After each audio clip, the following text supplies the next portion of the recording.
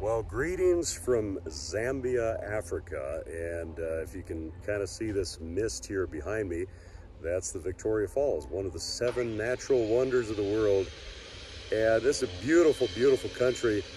So if you're wondering why I haven't done videos for a little while, I've been out here on a business conference, which has been incredible. But we've also been taking in the sights of Zambia, Zimbabwe, and Botswana.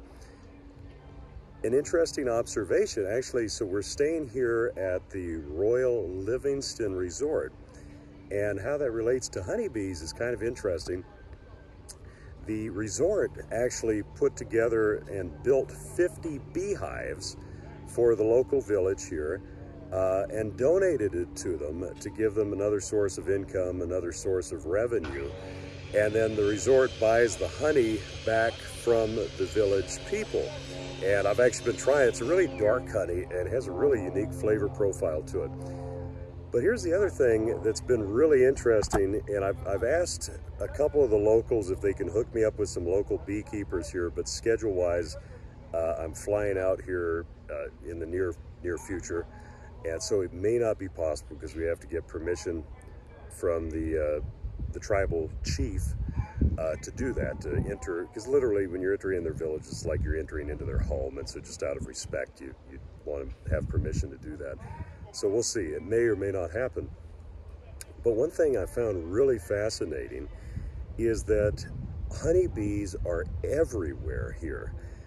And interestingly enough, when I was talking to some of the staff about that, they were saying that, yeah, bees are everywhere. And I asked, I said, is there any issues keeping them alive?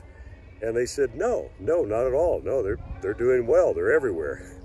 And you see that, like even around trash cans, you'll have swarms of honeybees because they're so plentiful, and obviously they're looking for forage.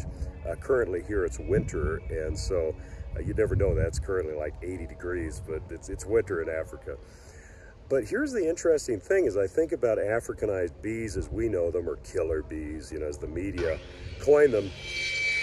And the original intent behind, I can't remember the gentleman's name, but the doctor from Brazil that came up with that strain of bees, was that they needed something. The South American honeybee, or the European honeybee in South America, was just not working out. Predators were taking them over, disease, mainly predators.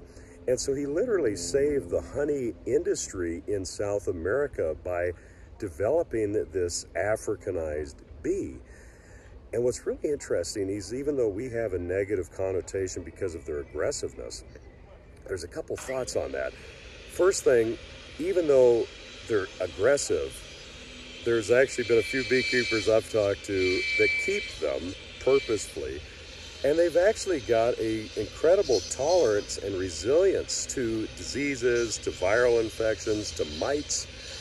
And then here's the other interesting thing, is that I was talking with some of the locals here that aren't beekeepers, but have been involved in the bees that they set up here.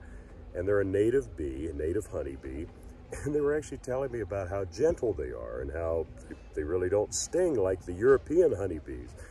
So here's kind of the takeaway from this video, obviously kind of wanted to give you a little summation of the honeybee industry here in Zambia. But interestingly enough, too, is that why are the bees so plentiful here?